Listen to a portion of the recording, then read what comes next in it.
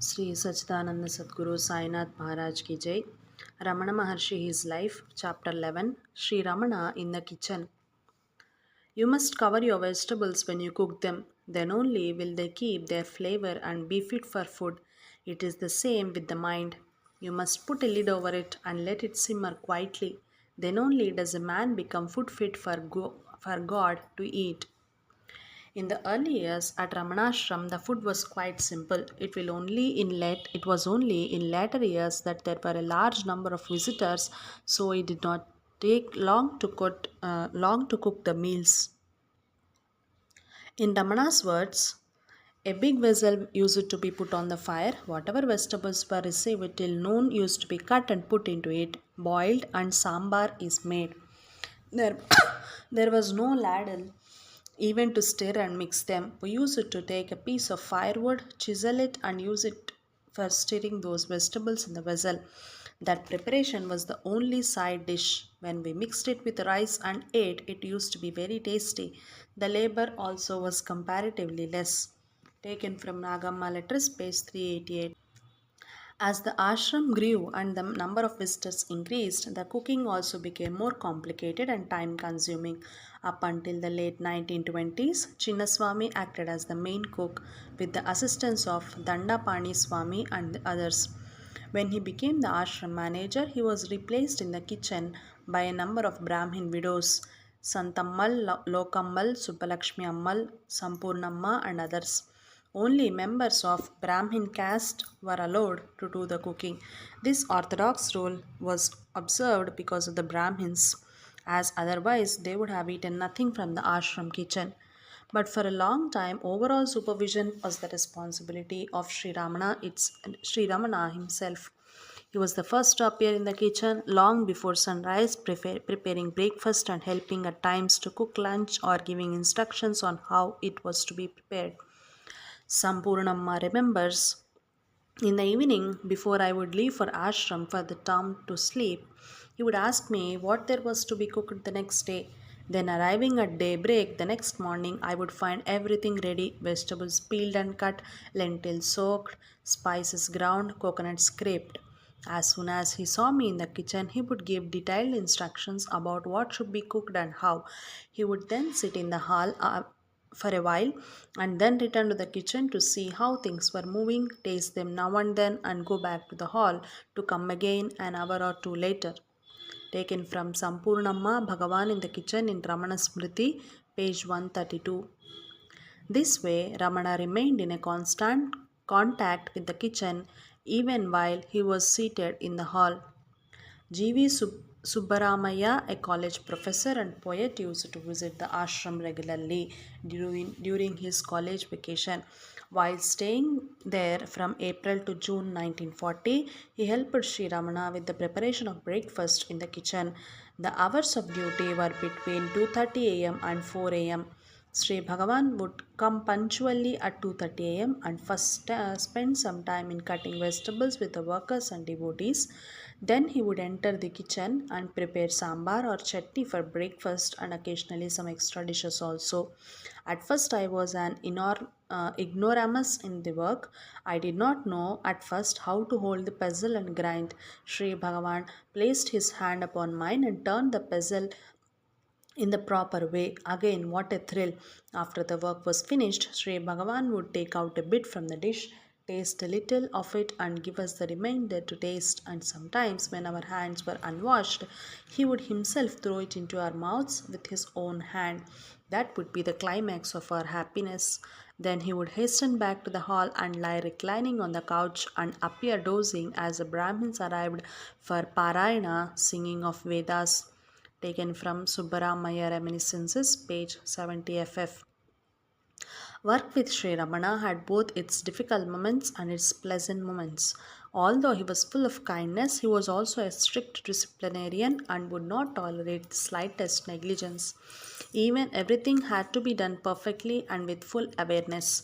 He demanded that his instructions be followed to the letter. One evening, a disciple who was a solicitor insisted on helping with the work. He was asked to move a vessel containing sambar. As he moved it, some drops spilled over the sides. At once Bhagavan said, "You are fit only for arguing before the court. This work is not for you." Kunju Swami narrates, Sri Bhagavan used to go into the kitchen by 4 a.m. and start cutting vegetables. One or two of us would also join and help. Sometimes the amount of vegetables used to startle us. Bhagavan managed to cut much more and more quickly than the rest of us. At such times, we would look up at the clock in our impatience to finish the job and try and have another nap. Bhagavan would sense our impatience and say, "Why do you look at the clock?" We try to bluff Bhagavan, saying, "If only we could complete the work before 5, we could meditate for an hour." Bhagavan would mildly retort, "The allotted work has to be completed in time. Other thoughts are obstacles, not the amount of work. Doing the allotted work in time is itself meditation. Go ahead and do the job with full attention." Taken from Ganeshan Moments, page 107 FF. Sri Ramana was a perfect cook. He never added too much or too little salt or spices. Sampurnama reports, as long as we followed his instructions, everything would go well with our cooking. But the moment but the moment we would act on our own, we would be in trouble. Even then, if we sought his help, he would taste our brew and tell us what to do and what to add to make the food good for serving. We thus came to know fully that in dealing with him, our only duty was to obey. The training became a part of our lives. By daily practice, we learned to have our mind always focused on Bhagavan. Whenever we were afraid, anxious, or in pain, we had only to think of him and we felt his helping hand. Taken from Sampurnamma, Bhagavan in the kitchen in Ramana Smriti, page 132 FF.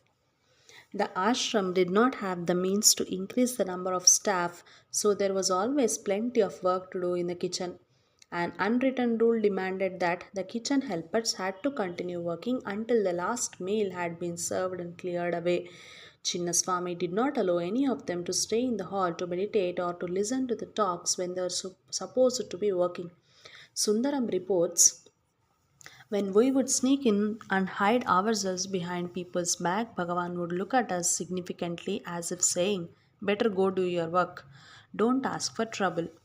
When the cook Subbalakshmi Ammal wanted to meditate more and complained that the kitchen work would take up all of her time, Ramana answered, "If you identify yourself with the body, you are bound to dualities. Work would appear difficult. Even if we free ourselves from work, will the mind cease to wander? It does not let us even sleep in peace. It keeps wandering as in dreams." Taken from Unforgettable Years, page 87. But in the evening, after the visitors had left, the kitchen workers had Ramana to themselves. He then chatted with them, made them laugh, asked about their health, and gave instructions for the following day. Everybody knew that Sri Ramana was very careful with everything, particularly with food, and never wasted anything. This was, of course, especially noticeable in the kitchen. When once some mustard seeds fell on the floor, the cook took no notice, but Ramana picked them up one by one with his fingernails and placed them in a small bowl. Raja Iyer reports that Ramana had shown him how to use the ladle in such a way as to avoid a single morsel of food falling on the floor, how to pour without spilling anything, and how to make fire with only a few drops of kerosene. For each vegetable, Ramana knew a special kind of preparation. Nothing was thrown away. If he cut spinach, he separated the leaves, the stalks, and the roots. With the leaves, he made the curry. The stalks were bound together, cooked, and put into sambar, and the roots were washed carefully, squeezed, and their juice put into the rasam. Any orange peel or apple peel was put into the chutney. The leftovers from the previous day were warmed up and served at the following breakfast along with idlis. If there was any soup or vegetables left, they were put into sambar. This was against the caste rules of Brahmins, according to which leftovers may not be used the following day. But Ramana insisted that avoidance of waste was more important than anything else. To give the leftovers to beggars was also not practicable, as they had to have the same as everyone else and not to be given poor quality food. One evening, Ramana had cut spinach and brinjal aubergines and laid aside the pieces which he could not use so as to make use of them the following day. The next morning, when he came into kitchen as usual and asked for the pieces he had put aside, he was told that they had been thrown away. He therefore went outside, found them, cleaned them, cut them into smaller pieces, and used them.